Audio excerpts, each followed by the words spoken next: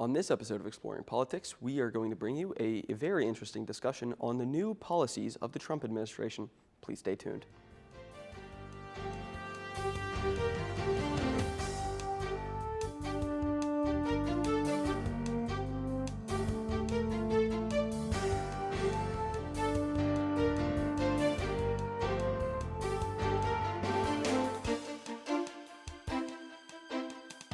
Hi, welcome back. I'm your host, Peter Rapp, and today we bring you a very special discussion. I'm here with Giovanni Pina, who you can introduce yourself in a second, and Deslin Long, who you'll go second, I believe. So, Gio, would you like to introduce yourself to the audience? Hi, everyone. As you may have seen me before, I'm Giovanni. I'm a freshman who's a political science and history major. There's not much I can say. I enjoy being on the show, and I look forward to bringing you guys a little news. All right, thank you. Des, would you like to introduce yourself before we get into the meat and potatoes? Oh, absolutely. Hi, everyone. My name is Deslin Long. Again, like Jill, I've been on this show numerous times before, and I'm also a history and political science double major, while also being the president of the LaSalle University History Organization, as well as also being a member of the Phi Alpha Kappa History Honor Society. Well, that's great to hear. Gio, would you like to start us off with your issue to discuss today? All right, so first, I would like to bring to attention the ongoing conflict in Ukraine. As we all know, it's been happening for quite a while. There are a lot of different opinions on it, but sticking to the facts, there have been quite a lot of talks recently about peace between Russia and Ukraine, which obviously I think everyone can agree that's the best case scenario to really reach a deal. There have been talks between the US and Ukraine, and numerous different tariffs have been placed on Russia regarding their inability to discuss peace. However, because of that, we've been hopefully moving in a direction where we can pursue peaceful resolution to the conflict. Yeah, that's very good to hear. However, the issue that a lot of people have with it, in particular, is the way that peace is being achieved. Trump first talked with Russia kind of behind all of Europe's back when he, just a couple days ago, maybe a week or two. But then recently he did meet with Zelensky in the White House. There was that whole hearing. What do we all think about how that went? I know Des has some opinions. Yes, I do. And I mean, quite frankly, I think that was just an embarrassment for our country. I mean, for us to invite the leader of a war-torn nation into the Oval Office of the White House and then proceed to badger him, to first of all lie to the public and the American people, and then badger this leader about the ongoings in his country. Why don't you just submit to Russia and everything such as that? And then to also comment on the fact that the man is not wearing a suit in the Oval Office. Like, I understand the Oval Office carries a certain level of prestige, but in this situation, from my point of view, that prestige is not as important as ensuring the lives of all the citizens of Ukraine are protected against Russian invasion and Russian takeover.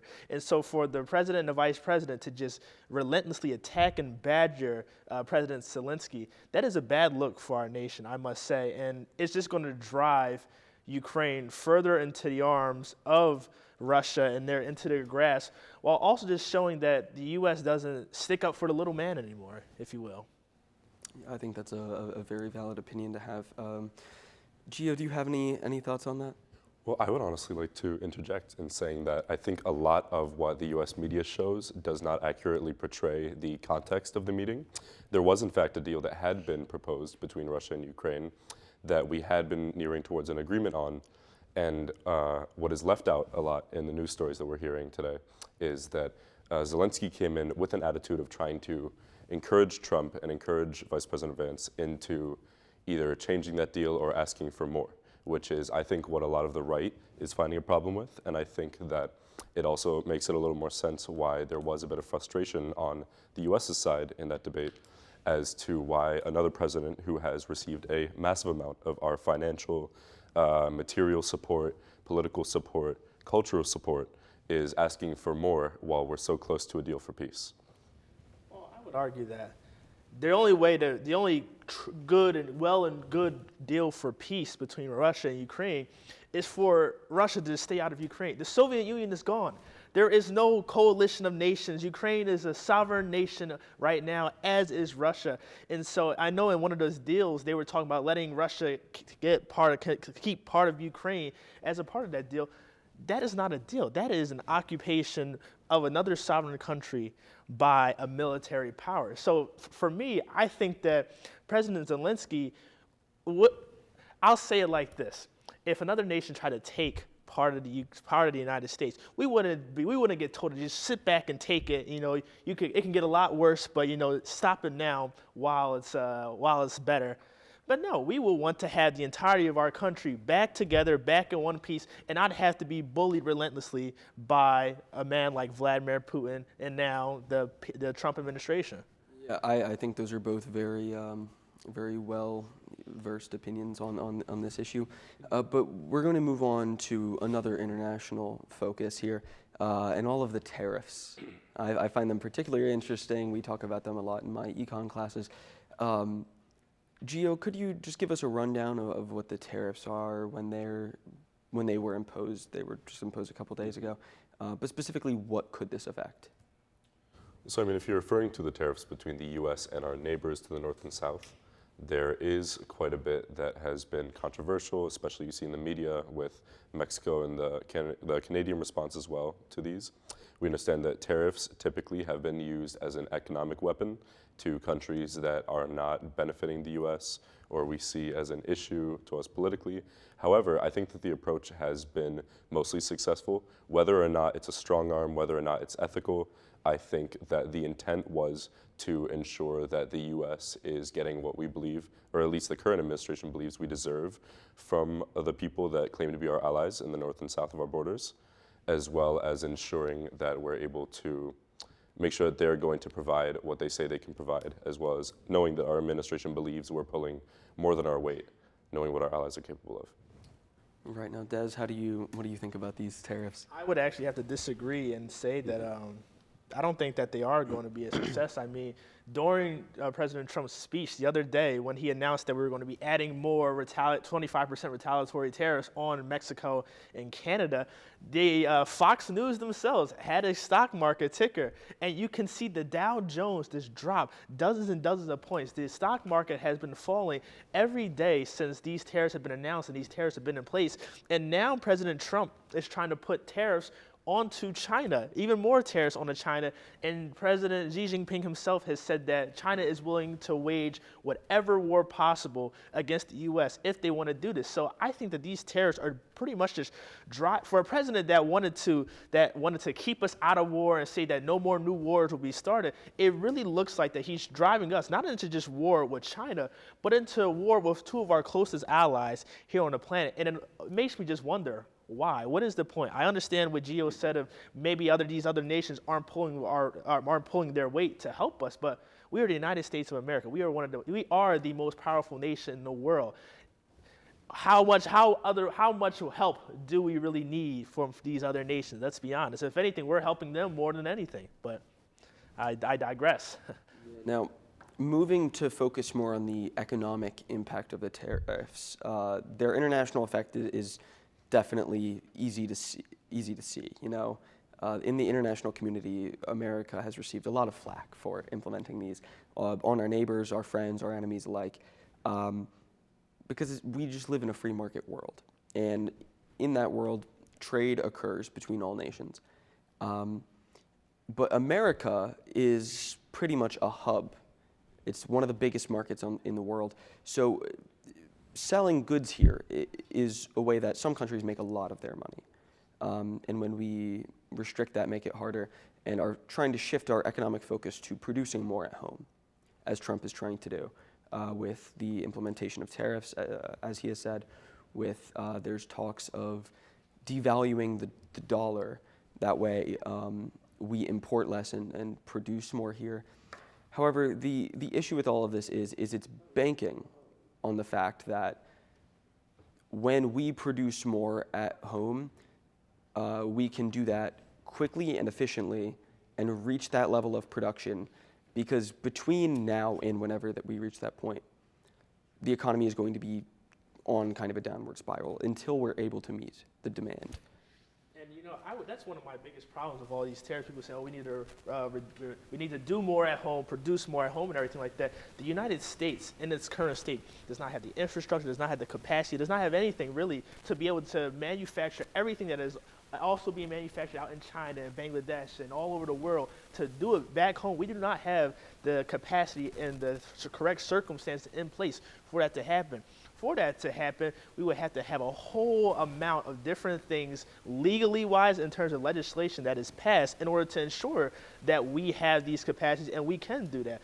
And the way it's looking right now, we're not going to be able to do that. This, to me, this screams as a half-baked idea. And while it may be on a basis, I guess, a good idea, you have to finish the other effects first before you can fully implement it and get the long-term success that the Trump administration and everyone else wants to have. So again, it just screams a bad idea to me for right now in this instance.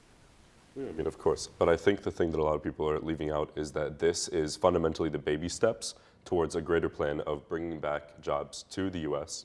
As you said before, the U.S. is one of the strongest countries in the world.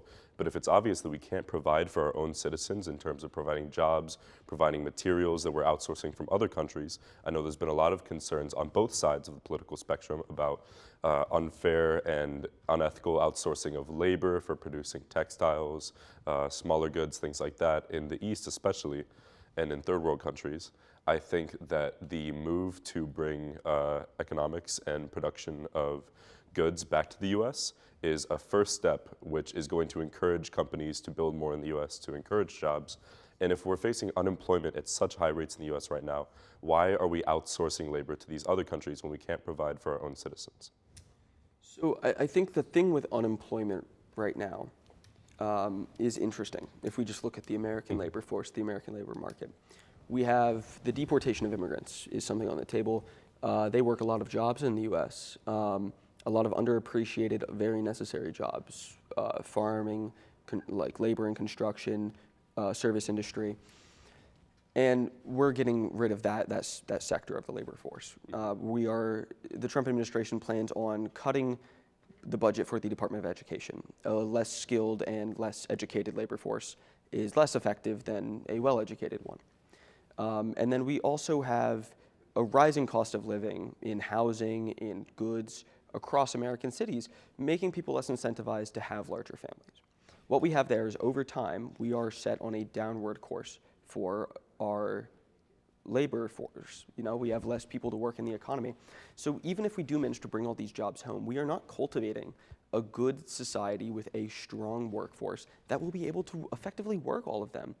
And what we're going to see is a lot of Americans right now are able to have jobs that are maybe a little cushy. But if we're bringing production home and we are setting ourselves on a course for a smaller, less educated workforce, people who now might have worked cushy, just nice, easy jobs are going to have to go to work in factories again. And that's part of being an industrial productive power.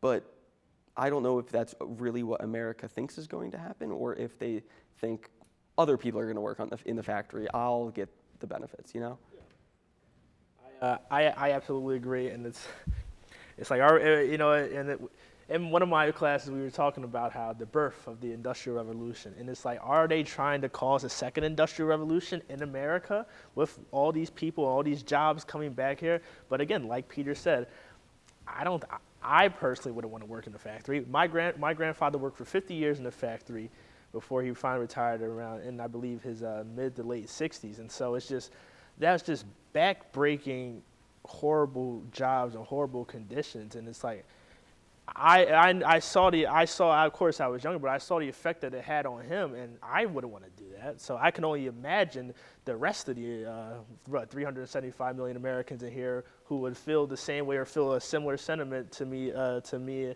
as well. So. I mean, of course, and when we're talking about the issue of labor that is either highly work intensive for the pay that's being offered for it, or is low education, high skill, which is what we're saying is a lot of what we're losing in the US, with especially the loss of undocumented laborers. I think that the reason for many of these problems is that we have built ourselves as a country economically around the exploitation of undocumented workers, which means lower pay for these people because companies know that they can do exploitative practices and take advantage of these workers. And that's objective. I mean, it goes across both aisles. No one wants this to happen. We Of currently, course, at the of course. moment, the reason why the tariffs are scary is because we are exploiting the third world. Everything we consume is produced abroad, and that's why weakening ourselves in terms of imports is a bad idea, because all of our goods are produced overseas. Yeah. Like, again, I would love to, sorry, I didn't mean to cut you, but I would You're love right. to see change. I would love to see, American jobs being brought back here, no less and less exploitation. With of- high labor standards Yeah, and fair wages. However, exactly. This is not the way to do it. I don't think. and it's the right we way. aren't deporting immigrants because they're being mistreated and taken advantage of to work these jobs no one else wants to work. That's not why they're getting deported. It's a secondary factor that it's related. The Trump administration doesn't care about that. Yeah, On that the hasn't side been a effect. focus, of course. But objectively, though, it does create a culture, and it has created a culture in the United States of exploiting this labor and creating two separate classes of labor where you see many Americans, maybe disproportionately now, who are getting out of college and expecting to work high labor jobs or high education jobs when we don't have enough to offer for as many as we're losing in low education, high labor jobs for skilled laborers who are in trades. And I think that we've lost a lot of that focus because of these predatory practices that corporations in the US have engaged in. And I think that obviously there are many ways to go about kind of returning ourselves to a stable balance of those two fields of work. And I think that a lot of what we're seeing now is the fear that what we're seeing in the moment, like things like the stock market suffering, is going to be permanent. Whereas I think a lot of conservatives see it as a means to the end of helping restore the US to a position where they can naturally function as an economy.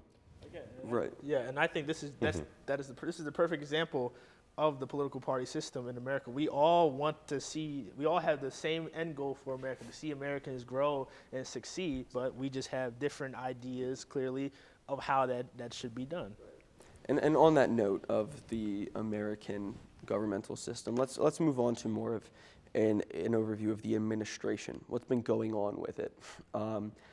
We have a lot to talk about in terms of Elon Musk's association, Doge, but also, if you want, you can talk about the two-party system and really just give us an overview of what you see from the new administration does. Yeah, so in the weeks that have just passed, the administration saw the complete confirmation of almost all of Donald Trump's cabinet. So you have RFK as Health and Human Services Secretary, you have Kash Patel as the Director of the FBI, Tulsi Gabbard as the National Intelligence Director, if I'm not mistaken. Then Pete Hegseth as the Secretary of Defense, and most recently, I believe, like 2 days ago, Linda McMahon, wife of Vince McMahon of WWE, was actually just confirmed as the Secretary of Education, which comes as a bit of a surprise, honestly, because President Trump is expected to sign an executive order this week calling for the complete dissolution of the Department of Education. And so you really see the Trump administration finally being fully put together and trying to implement its effects.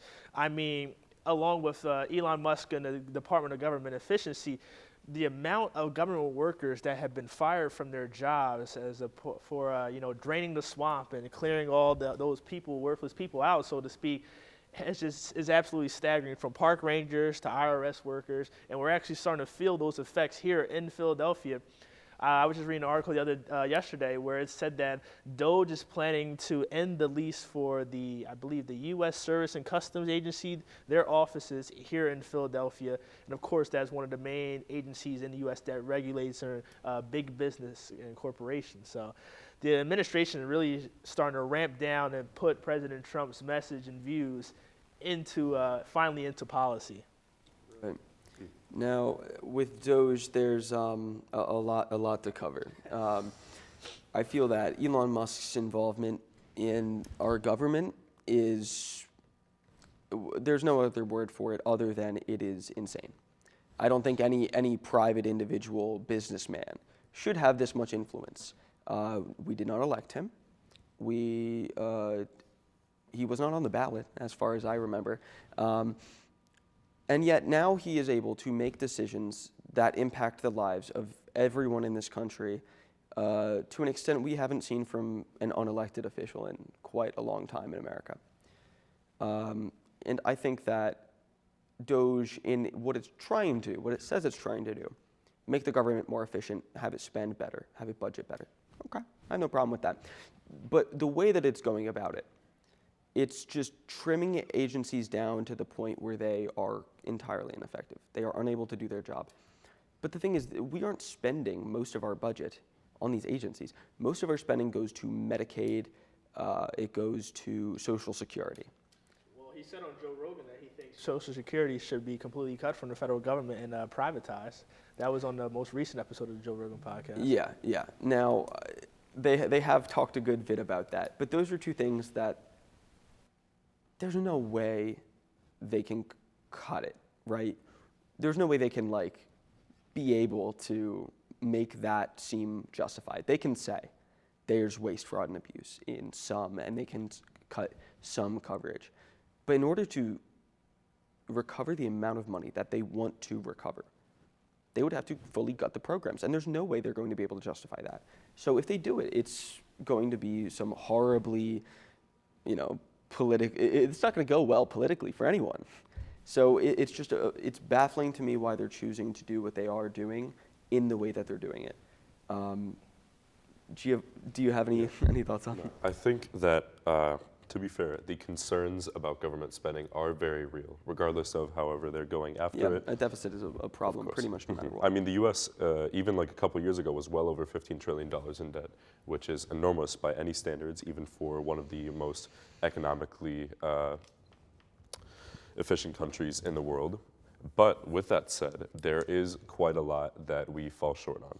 There are many, many different programs that were exposed, even in the last, month of the Department of Government Efficiency's existence, that showed how much in millions and millions of dollars we were giving to other countries that many Americans did not feel were necessary. And I think that there's a lot to be said on the amount of time that we've had. It's only been about a month of this department's existence, and I don't think that with the time given, we can fully see what the fruits of their actions are. But I think the thing is, a lot of the exposings that they've done, the things that they've exposed, they haven't fully backed up. They've said, we found all this. They said, we found people receiving Social Security that are 300 years old. Have we been shown that? We have not been shown that. Because how would that work? The Social Security was created in 1930. Yeah, the Roosevelt administration. Our country has not been here for 300 years. Yeah, and I mean, that's one example, but there have been a numerous amount of cases. Of course, for everything, they haven't backed up every single thing they have with factual evidence. And there still is, like I said before, plenty of time for that to happen. We don't know if that is something that the department intends to do in the future. I think I speak for everyone when I say that I hope they're going to be transparent, regardless of whether or not they are in the future. And I really think it's a matter of how time tells. It's just the thing is, these are very big changes that they're making. These are very big changes that haven't been seen before. This mass layoff of federal employees is unprecedented. We have never seen anything like it. So to do something like this without fully knowing whether it's going to be effective or not seems drastic. It seems a little unreasonable to me. I would have liked to have seen a prolonged investigation. We've had issues before where some bad thing is going on in our government. They have a Senate committee analyze it. There was the Kerry report on Iran-Contra. That was an investigation that took months to do. So with all of the allegations that they have, they should be doing months and months of research and present it in a Senate committee instead of having a unassociated, unelected billionaire come in and just say all of what they found. I agree, and I absolutely agree. And I think that, what my biggest concern, going with what Peter said about him being unelected, he's not an economist. If there was an economist or someone who knows how the economy and how government works in charge of this organization, I think my concerns would be a bit more relaxed and at ease because these are experts who are at the top of their fields. Elon Musk is instead the world's richest man who owns numerous companies. And again, going off what Peter said about this taking months and months to do, I understand what you're trying to say, but I don't think that, you said it yourself, we've only had a month. I don't think that's an effective time for you to come in and see the entire federal government, what is being spent, what's not being spent, and decide what has to be axed. That, as Peter said, that takes months and months and months of work and research to be able to whittle it down, because the federal government is the largest employer in our country. The federal government goes all the way from Washington, D.C. to Ismay, Montana, like all the way, the least populous city in the country. So I don't know. I don't think it baffles my mind. Yeah. So unfortunately, we're out of time, so we have to go to final thoughts. And if you want, is that fine being your final thoughts on it? Yeah. Yes. Okay. Perfect. It all baffles my mind. That could be. That's my final thought on the whole administration. Gio, what are your final thoughts about this new administration and its policy? I think, as I've said, only time will tell. I feel like that's kind of what I've been parroting this entire time. But I think that it's also very true, and it has a lot of weight to it. I believe that the United States, with such a massive administration change, can't really predict what's going to happen in the future. I think we haven't really had anything like this happen before in the history of our country. But with everything considered, I think that the intent behind it is very strong and productive. And at least it's my hope that it's going to result in a positive outcome. All right, thank you for that. Now, my final thoughts on this personally, I have many. Not many of them are optimistic. However, I do think that by the end of this administration, things will have changed. For some people, that's going to be in a way that they think is good. And in some people, it's going to be bad. Things are going to change. I think personally, they're going to change quite a bit. And I don't see them going in a great direction. Economically, we are heading towards what looks like it could be a recession. Now, whether that happens or not, I have no idea. But I think that by the end of it, we will have learned a political lesson as a nation. There was lots of talk before the election, a lot of talk after, about sheltering a good political community. And I think the way that we can do that best is by continuing to have these discussions and being up to date on all of the things happening in politics. Be vigilant, talk to your community. Have a good one. See you in the next episode.